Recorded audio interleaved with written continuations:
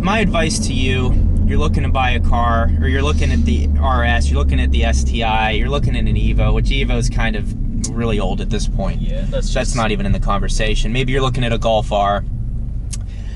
I think this is... Skip the Golf R. Yeah, skip the Golf R. Unless you want a luxury car. Yeah, it's definitely more refined, I'll give it that. But they're still very fast. And you can make them extremely fast. Yes. But even doing... Do you want to take it back? Yeah, go for it. All right. Even doing work on those cars is super expensive. Yes, because it's a German car. There's little things you have to go to the dealership for, whatever. My advice to you is, and I've driven the STI, you should get this over an STI, no doubt. It's even, and again, I know you guys hate when I mention this, but it's more efficient than an STI and has an extra 40 horsepower now, because the 19 STIs are up to 310 horsepower. So, I don't know, just the sophistication of the all-wheel drive, the different drive modes. It has better seats, although you can get Recaros in an STI now. I don't think they're as good as this, though. It's an amazing car. What's the extra cost on that? I think that's like a $2,000 package. Yeah. But it comes with other things, but it's... It's just part of the package. It's just a ton of fun, and this road that we're on is like where the personality of this car comes out fully. Like these roads are where it was built to be, to perform on. And it is a ton of fun. Even those dips, it just pulls right out. It rebounds, and the tires are totally quiet.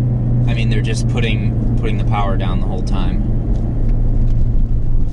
Ooh, that was a little weird. Yeah.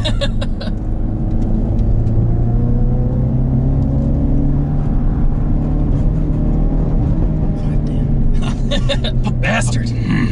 The pops are so satisfying. Yeah. It's like the most silly thing, but so satisfying. Yes. I'm just gonna let them disappear a little bit.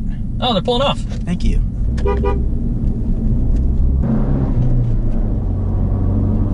Yeah, I don't trust him as far as I can throw him. Yeah, leave him back there a little bit. And I can't throw him at all. No. You're right, it is quiet without the Imposer. With the Imposer, definitely the best way that I've heard it explained is it's like a throaty STIs next to you all the time. Yeah. Yeah. Which I think is actually super accurate. Driving it every day. I leave it on just because it's, it's personality to the car. Yeah, I agree.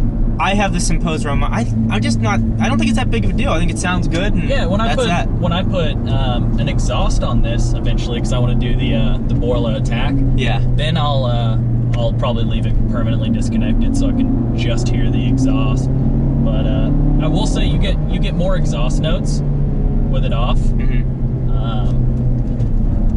But it is what it is. Yeah. I don't mind it. Yeah, no, it's like a performance feel. It's understated. It feels, I don't know, just the driving dynamics of the car excite me more than I would care about the exhaust. An exhaust would, there's no doubt, the exhaust would accentuate this a ton. Oh, yeah, a ton of character. I think that one of the things that the car needed from the factory was a louder exhaust. I think that the stock one's a little bit understated. Yeah.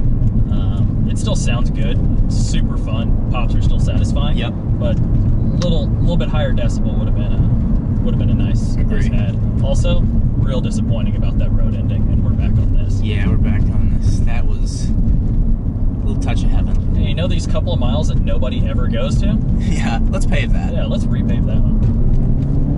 It's the way it turns. I mean, God. Oh, it dives in for sure.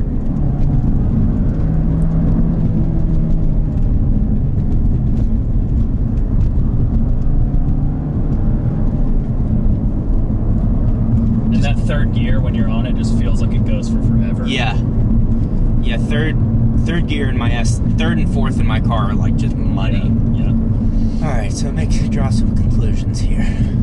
It's gonna be a long ass video. It needs to be though. Everyone driving a car that looks like a cop car, the Malibu, the Charger, the actual cops. Monte Carlo? Yeah. If you are the type of person where you buy an outdated Monte Carlo, yes, that used to be a cop car, you're no friend of ours. Shame. Shame. Ding-a-ling-a-ling. Shame. Let's pull it out a second.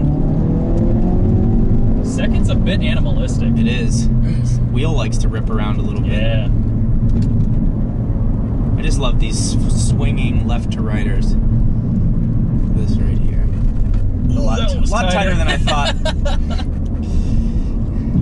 If we just knew the road was closed, it would be so much just more. Right down the middle. Oh, I was thinking about trying to organize that. I'd need to like quit my job, but trying to organize some type of sprint race where we raise money for a charity or something. Everyone pays an entry fee, and we see who can do the best time and get the police to close a road off. Yeah. Like this, or somewhere fun. Yeah.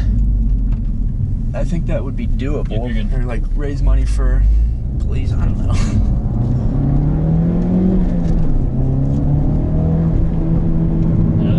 This guy's gonna ruin our day a little bit. My conclusions on the Focus RS, it didn't disappoint. One of the things coming into this car I wasn't sure about is if the power was going to impress me, because I put the performance calibration on my car, so on 93 octane, my car would actually have a little bit more torque than this. So, yeah.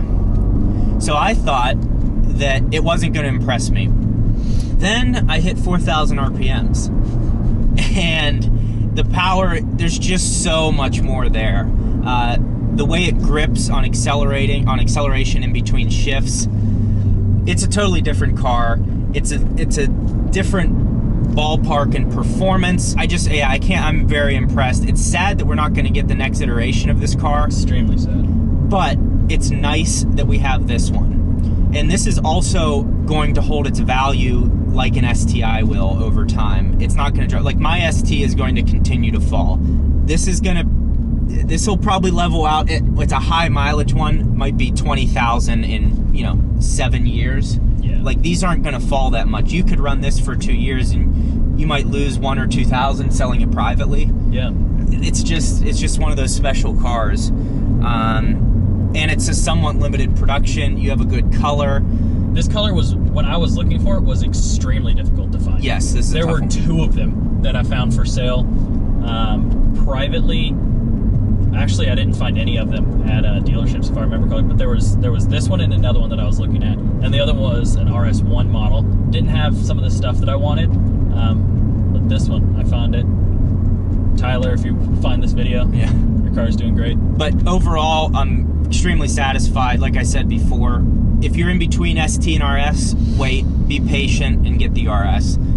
It's a totally different car and a ton of fun to drive. It has all-wheel drive, so you can take it in the snow. If you're in an area where it snows, I would 100% get this, because you can use it comfortably year-round. I will say, one thing that I've heard from the previous owner is that the stock exhaust, if you are in a place that gets a lot of snow, sometimes they freeze shut. The valves. Oh, the valves. Yep. Yep. Makes sense. If this is your first time on the channel, thank you so much for watching. Jacob, thanks again for letting me drive the car. This thing's a blast. And it was a deal. We'll see more of him in the future in meetups and rallies and whatever. If it was a deal, you let me drive yours to try it out. Yeah. I told you get to drive whatever I get. Here we are.